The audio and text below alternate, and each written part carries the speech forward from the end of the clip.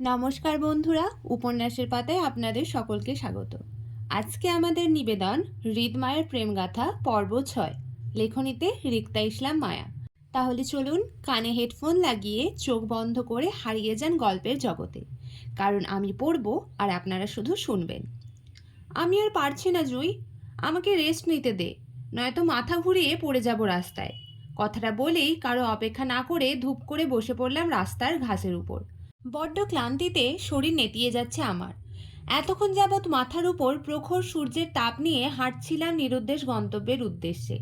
এই মুহূর্তে আমার নরসিংদী জেলা বাগচি এলাকায় অবস্থান করছি। এখানে কেন এসেছি সেটা অবশ্য সবার জানা, তাই নতুন করে আর নাই বা বললাম কিছু। তবে এই মুহূর্তে আমার সঙ্গে রয়েছে আমার 4 বান্ধবী, জুইকে সহ মাহি, মাইশা, সুমি আর আমি। সবার চোখে মুখে ক্লান্তির চেয়ে হতাশা বেশি, সেই সাথে কাঠফাটা রোদের অতিষ্ঠ বিরক্তি। আমাকে পা ছড়িয়ে রাস্তার ঘাসের উপর বসে যেতে দেখে সামনে থেকে দ্রুত এগিয়ে আসলো জুই। সুমিকে সাইড কেটে আমার সামনে বসে খানিকটা উদ্বিগ্নতায় বলল, তোর বেশি খারাপ লাগছে রিক্তা?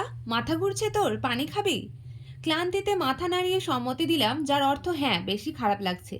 লাগবে নাই বা কেন? অসুস্থ শরীর নিয়ে নরসিংদী এসেছি অচেনা জামাইয়ের চেনা ঠিকানা খুঁজতে। বিষয়টা আজব না? সত্যিই আজব।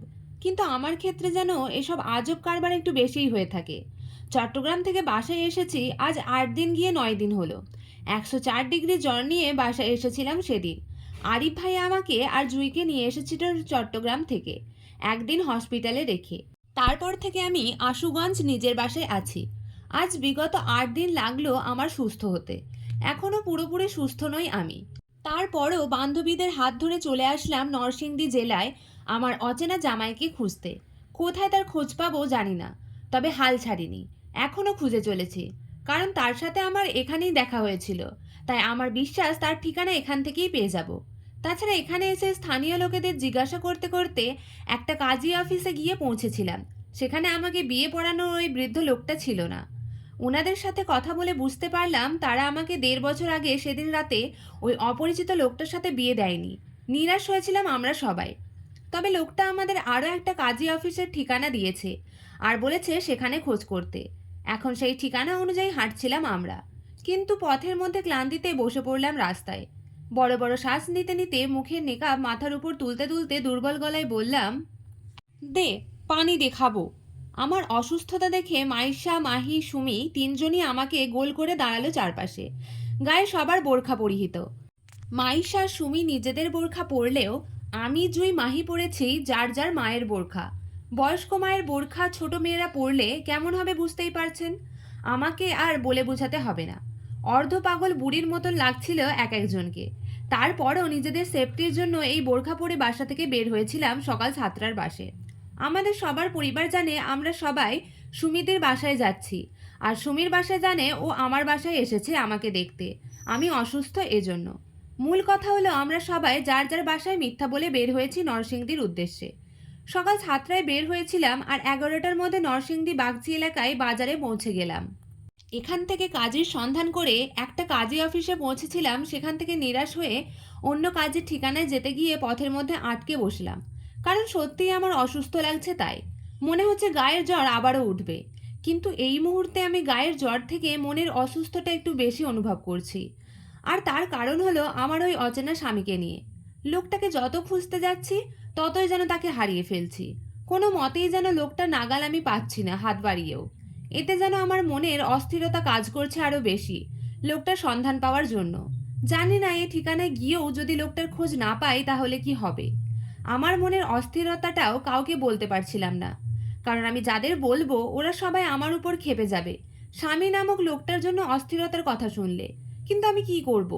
ওদের আমার সামনে বারবার রিক্তার জামাই নিয়ে আলোচনা করতে করতে এখন ওই লোকটাকে আমি সত্যিই মিস করছি। আমার মনে হচ্ছে আমি বড় ভুল করে ফেলেছি। আমার উচিত হয়নি সেদিন অচেতন স্বামীকে বিছানায় ফেলে পালিয়ে আসাটা। একটু অপেক্ষা করতাম লোকটা জাগ্রত হওয়ার জন্য, তাহলে হয়তো আজকে এই দিনটা দেখতে হতো না আমায়। আমার মন বিচলিত দীর্ঘ নিঃশ্বাস ফেলতেই জুই 1/2 লিটার পানির বোতলটা আমার দিকে এগিয়ে দিল। আমি বোতলটা উপরে তুলে ঢকঢক করে অনেকটা পানি খেয়ে নিলাম। মায়েশা নিজের হাতে দ্বিতীয় কাজী অফিসের ঠিকানাটা চোখ বুলিয়ে আশেপাশে তাকিয়ে বিরক্তি নিয়ে বলল, বাল, এর মধ্যে দুপুরে কই যাবো অচেনা এলাকায় সালার কাজী বাড়ি খুঁজতে? ধুর, সন্ধ্যার আগে আগে যদি বাসায় না পৌঁছায় তাহলে সবাই ধরা খেয়ে যাব। ধরা খাওয়া যাবে না। দুলাভাই খোঁজার মিশন এখনো অল্পও হয়নি, তাই এত তাড়াতাড়ি গল্প শেষ হলে চলবে না। এই ঋতু, শরীরে একটু জোর লাগাতো বোন। এই তো একটু সামনে বাজার দেখা যাচ্ছে, ওখান থেকে কারোর কাছে এই অ্যাড্রেসটা জিজ্ঞাসা করে রিক্সা নিয়ে যাব সোজা তোকে বিয়ে দেওয়া সেই কাজী বাড়িতে। বেশি লেট হবে না, জাস্ট একটু কষ্ট করা লাগবে। যেতে পারবি? মায়েশার যুক্তিতে কেউ বাধা দিল না, কারণ মায়েশার কথাগুলো আসলেও সত্যি। এখানে বসে থাকা মানেই নিজেদের কাজে দেরি করা। আমি হুম বলে অসুস্থ শরীর নিয়ে উঠে দাঁড়াতেই জুই আর মাহি দুজন আমাকে দুই দিক থেকে ধরলো। তারপর যতটা পারি দ্রুত হেঁটে একটা অটোরিকশা নিয়ে চললাম 5 জন কাজী অফিসের উদ্দেশ্যে। ভাগ্য ভালো থাকায় সেই অটোরিকশাওয়ালা মামা চিনত আমাদের দেওয়া কাজী অফিসের ঠিকানাটা। প্রায় 20 মিনিটের পথ পাড়ি দিয়ে পৌঁছালাম ছোটোখাটো একটা কাজী অফিসের সামনে। দেখতে মোটামুটি ভালোই ছিল। আমরা সবাই অটোরিকশা ভাড়া মিটিয়ে কাজী অফিসের সামনে দাঁড়াতেই অতি উৎসাহের সহিত মাহি পাশ থেকে আমার হাত চেপে ধরে বলল, ঋতু দেখ তো, এটাই কি সেই কাজী অফিস যেখানে তোর বিয়ে হয়েছিল? আমি গোল গোল চোখে আশপাশটা ভালো করে দেখেও কিছুই চিনতে পারলাম না। চিনব কিভাবে? 1.5 বছর আগে রাতে এসেছিলাম এইখানে, তাই দিনের আলোয় সব কিছু বোঝা মুশকিল। আমি ধীর গলায় বললাম, কিছু বুঝতে পারছি না তো এই অফিসটাই কিনা। আমার কথায় জুই বলল, আচ্ছা চল ভিতরে গিয়ে দেখি কি অবস্থা। তৎক্ষণাৎ উত্তর করলো মাহি, চল চল। পরপর 5 বান্ধবী মিলে কাজী অফিসে ঢুকতে গেলাম। একটা হালকা পাতলা গঠনের লোক সাদা কাবলি পরে টেবিলের উপর মোবাইল রেখে চেয়ারে বসে মনোযোগ সহকারে ওয়াজ শুনছে। একত্রে আমাদের 5 জন বান্ধবীকে ঢুকতে দেখে চমকে উঠে থতমত খেয়ে যান তিনি। ছোটোখাটো রুমের কাজী অফিসটা পুরো খালি। বোঝাই যাচ্ছে আজ তাদের কোনো কাজ নেই। হয়তো আজ কোনো বিয়ের ফাংশন হাতে ছিল না, তাই অফিসে অবসর সময় পার করছে ফোন চালিয়ে তিনি।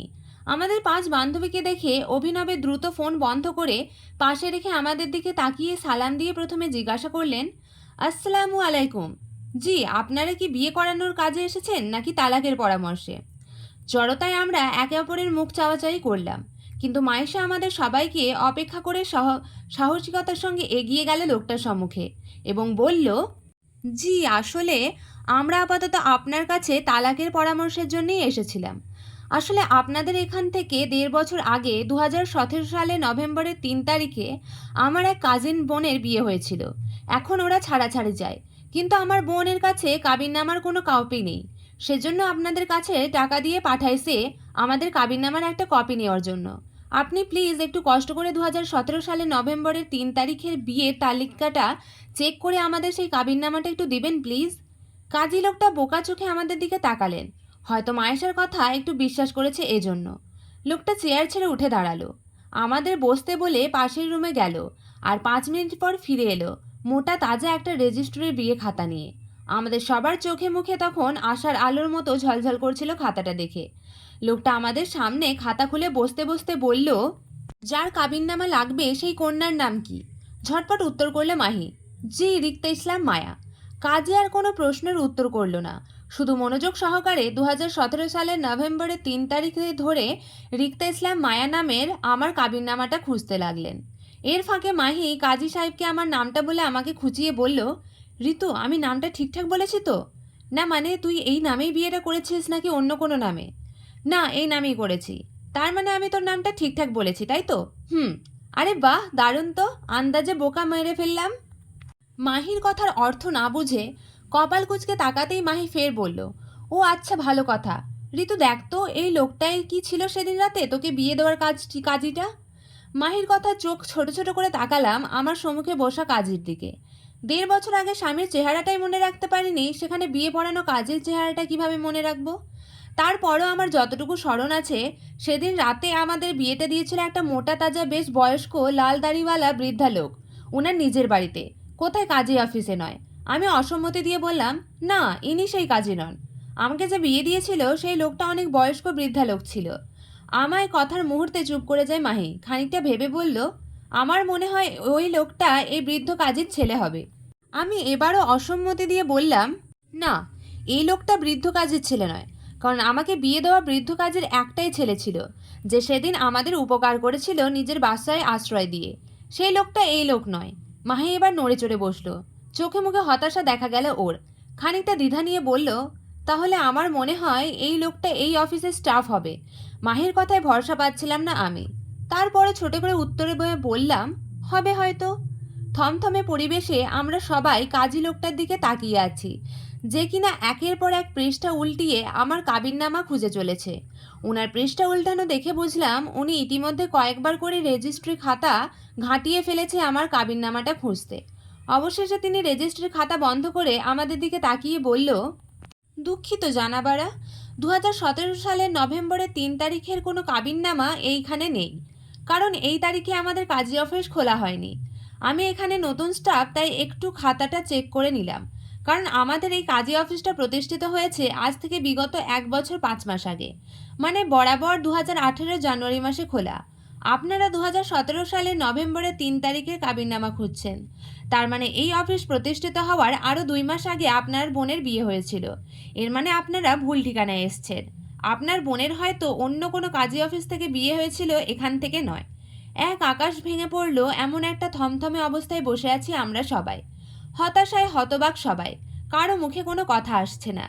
এই নিয়ে পরপর দুইটা কাজী অফিসে চক্র কেটে ফেললাম কাঙ্ক্ষিত কাজের আশায়, কিন্তু সেই কাজের বাড়ির সন্ধান পাওয়া গেল না এখনো।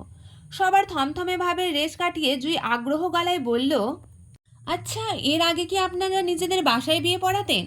আপনাদের বাসার কি কোনো রেজিস্ট্রি খাতাপত্র আছে কিনা একটু দেখবেন প্লিজ। জুয়ের অধৈর্য গলায় চোখ ঘোরালো কাজীর দিকে। তিনি জুয়ের ব্যাকুলতা বুঝে বলল, আমাদের এর আগে মসজিদ ব্যতীত অন্য কোথাও বিয়ে দেওয়া হয়নি জানাবা, আর এটাই আমাদের একমাত্র পুরাতন রেজিস্ট্রার খাতা। এর বাহিরে আমাদের অন্য কোনো নোট খাতা নেই। ও, তাহলে মনে হয় আমরাই ভুল ঠিকানায় চলে এসেছি। এক গুমোট হতাশা ছেয়ে গেল সবার মাঝে। জুই চুপ হয়ে যেতেই মায়েশা বলল, আচ্ছা, এই কাজী অফিসের বাহিরে কি আর কোনো কাজী অফিস আছে আশেপাশে? আছে।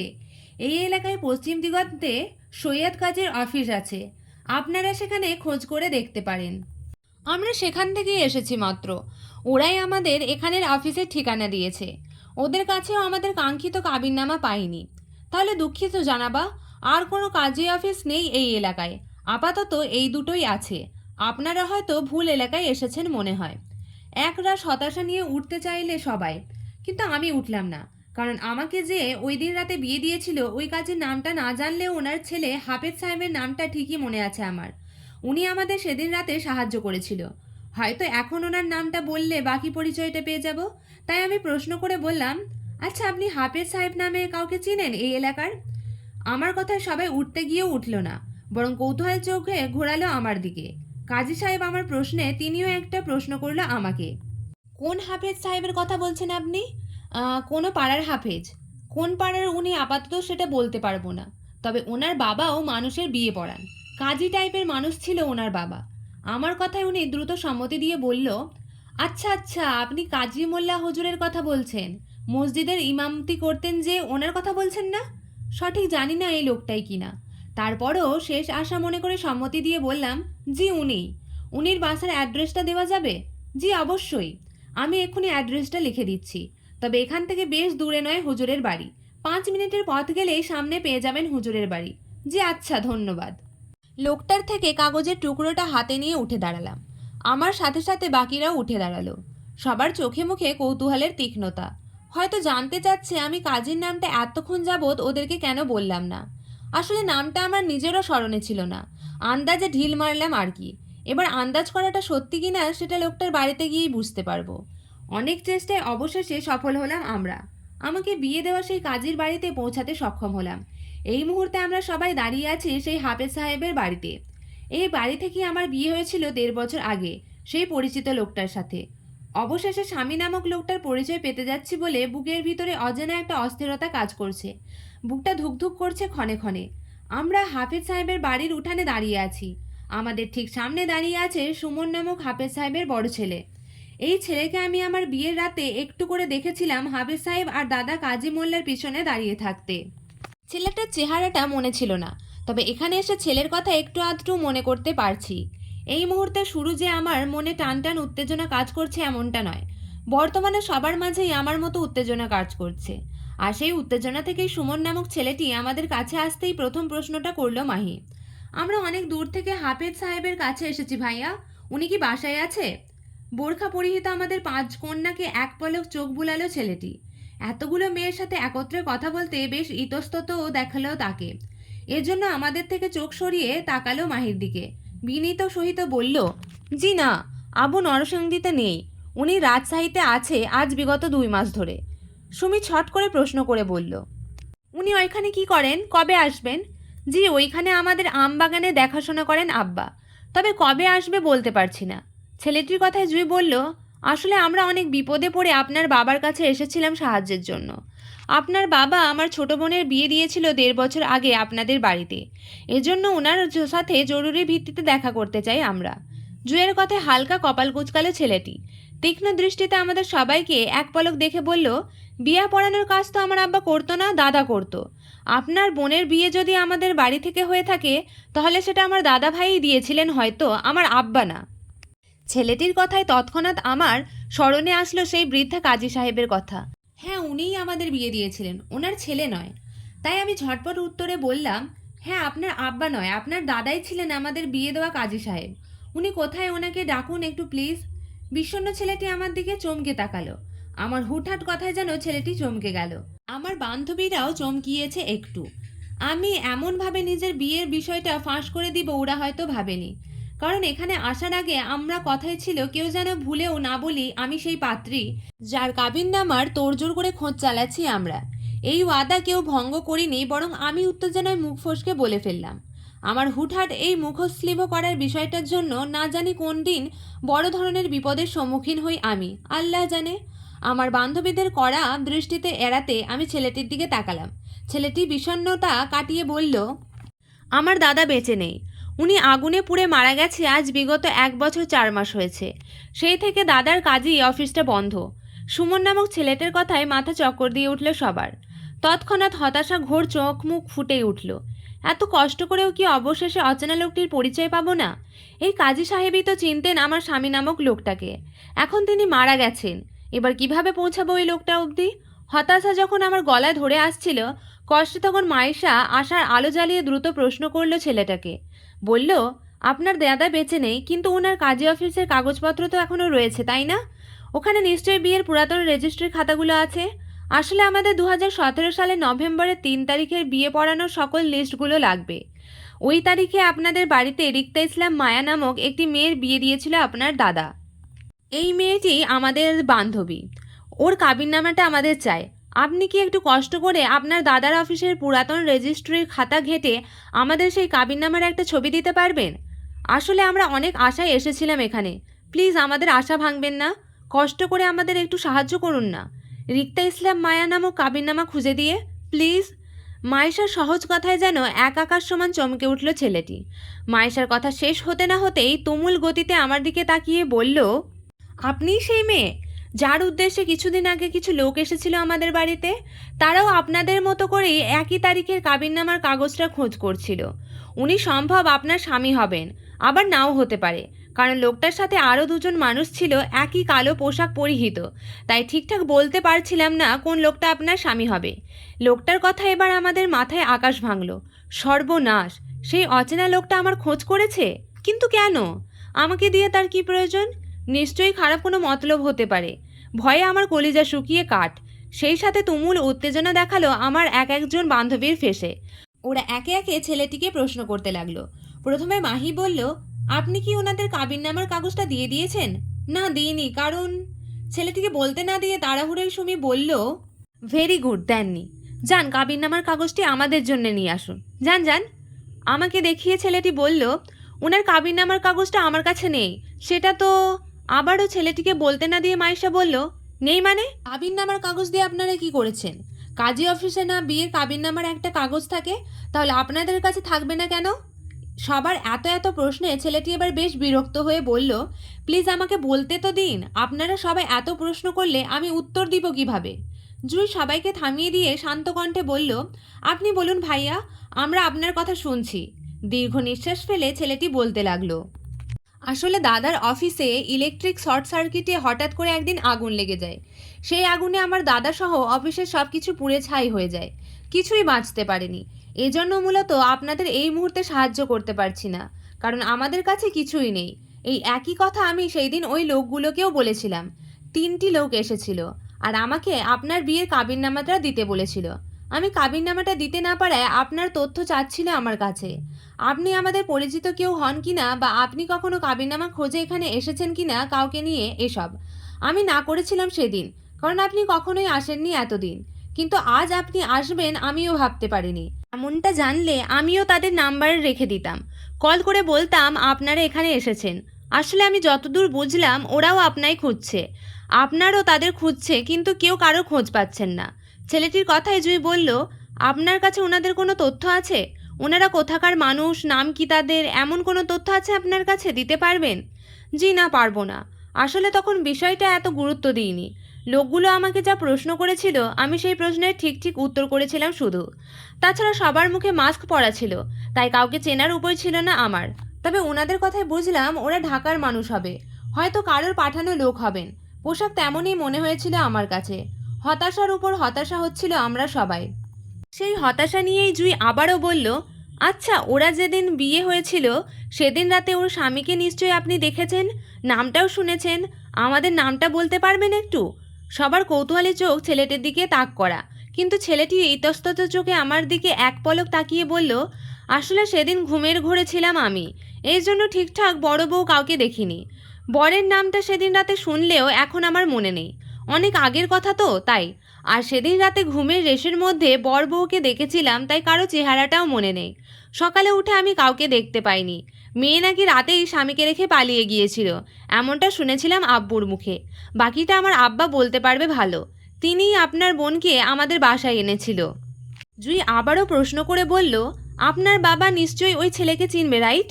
জি, আব্বা চেনে ওনার স্বামীকে।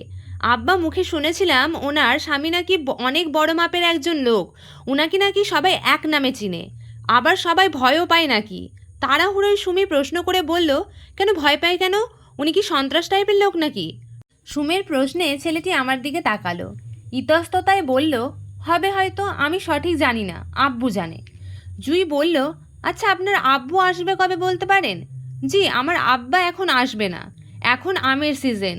এই সিজনের আম বিক্রি করে আব্বা রাজশাহী থেকে বাড়িতে আসবেন, এর আগে না, আরও মাস 2-1-এর ব্যাপার। দরজা ঠেলে হৃদের অফিসে প্রবেশ করলো আসিফ, হাতে এক টুকরো কাগজে নাম্বার লেখা। হৃদ অফিসিয়াল গেটআপে ল্যাপটপের সামনে বসা। আসিফকে কক্ষে প্রবেশ করতে দেখেও চোখ উঁচিয়ে তাকালো না পর্যন্ত, মনোযোগ সব ল্যাপটপে টাইপিং করা নিয়ে।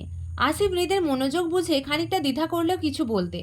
কয়েক সেকেন্ডের সময় নিয়ে হৃদের দৃষ্টি আকর্ষণ করলে হাতের এক টুকরো কাগজটা টেবিলের উপর রেখে হৃদের দিকে বাড়িয়ে দিতে দিতে ইতস্তত গলায় বলল, ভাই কোনো কাজ হয়নি। নরসিংদীতে আমাদের লোক পাঠিয়েছিলাম কয়েকদিন আগে, তারা খোঁজ চালিয়েও ভাবির কোনো তথ্য জোগাড় করতে পারেনি, কারণ কাজী সাহেব ওনার অফিসের সব কিছু আগুনে পুড়ে ছাই হয়ে গেছে আরও 1.5 বছর আগেই, তাই আপনাদের বিয়ের কাবিননামাটাও পাওয়া যায়নি। দ্বিতীয় কথা হলো, ভাবিকে সেই বাড়ির কেউ চিনে না, একদম অপরিচিত মানুষ ভাবি তাদের। কেউ জানে না মেয়েটি কে ছিল যার সাথে আপনার সে রাতে বিয়ে হয়েছিল। আসিফের দীর্ঘ কথায় হৃদের হাত থেমে যায় ল্যাপটপের কিবোর্ডে।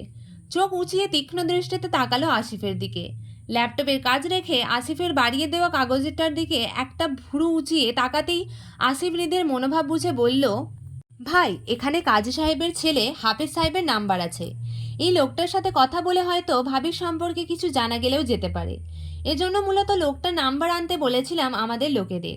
হৃদ আসিফের কথার কোনো উত্তর করল না, বরং হাত বাড়িয়ে এক টুকরো কাগজের পিসটা নিজের হাতে নিয়ে তীক্ষ্ণ দৃষ্টিতে নাম্বারের উপর চোখ বুলিয়ে চেয়ারে গা ছেড়ে বসল। নাম্বারের দিকে তীক্ষ্ণ দৃষ্টিতে তাকিয়ে থেকে আসিফের উদ্দেশ্যে বলল, তোর ভাবির লুকোচুরি খেলাটা আমার আর ভালো লাগছে না আসিফ। কি করি বলতো? তোর ভাবিকে যত খুঁজতে যায় ততই সে আমার হাতের বাহিরে যাচ্ছে, এতে আমার ইন্টারেস্ট আরও বাড়ছে। তুই তো জানিস নিষিদ্ধ জিনিসের প্রতি আমার কতটা আকর্ষণ। না, তোর ভাবিকে দুটো থাপ্পড় মারার জন্য হলেও আমার তাকে দরকার। যা তো এই নাম্বারের লোকটাকে তুলে নিয়ে আয় তো। শালার যতদিন বউকে দুটো থাপ্পড় না মারবো ততদিন শান্তি নেই। যা লোক পাঠা। হৃদের গা ছাড়া কথায় আসিফ চোখ ছোট ছোট করে তাকায় হৃদের দিকে। বউকে দুটো থাপ্পড় মারার জন্য হৃদ খান এত তোড়জোড়ের অনুসন্ধান করে বউকে খুঁজছে, বিষয়টা ভাবতেই সে অবাক। মূল কথা, আসিফের যুক্তিতে আসল না হৃদের বউকে থাপ্পড় মারার জন্য খোঁজা বিষয়টা। মেয়েটিকে থাপ্পড়গুলোই বা মারবে কেন? মেয়েটিরই বা কী দোষ? এমন তো না যে রিদ খান ভালোবেসে বউকে খুঁজছে পাওয়ার জন্য, বা তার ভালোবাসায় বিয়ে করা বউ হঠাৎ পালিয়ে গেছে, কোনোটাই নয়। আবার এমনটাও না যে মেয়েটিকে পেলে রিদ খান তাকে নিয়ে খুশি খুশি সংসার করবে, তেমনও কিছু করবে না। তাহলে শুধু শুধু মেয়েটাকে থাপ্পড় মারবে কেন? কি অপরাধ মেয়েটির? তাছাড়া হাফেজ সাহেবও বা মেয়েটিকে খুঁজে দেবে কিভাবে? আসিফ যতটুকু বুঝতে পারছে, অচেনা মেয়েটিকে খোঁজ হাফেজ সাহেব কেন, কেউই বলতে পারবে না। অচেনা মেয়েটি আসলে কে ছিল? যতদিন না মেয়েটি নিজে থেকে ধরা দিচ্ছে হৃদের কাছে, ততদিন পর্যন্ত হয়তো হৃদ খানও নিজের বউকে শনাক্ত করতে পারবে না, এতটা নিশ্চিত আসিফ। কিন্তু মুখ বাড়িয়ে সে কিছুই বলতে পারল না হৃদকে ভয়ে। তাই শুধু হাত বাড়িয়ে হৃদের থেকে হাফেজ সাহেবের নাম্বারটা নিতে নিতে সম্মতি দিয়ে বলল, জি ভাইয়া, কাজ হয়ে যাবে। আজকের পর্ব এতটুকুই। গল্পটাই শুনতে যদি আপনাদের ভালো লাগে, তবে চ্যানেলটিকে সাবস্ক্রাইব করে আমাদের পাশে থাকুন।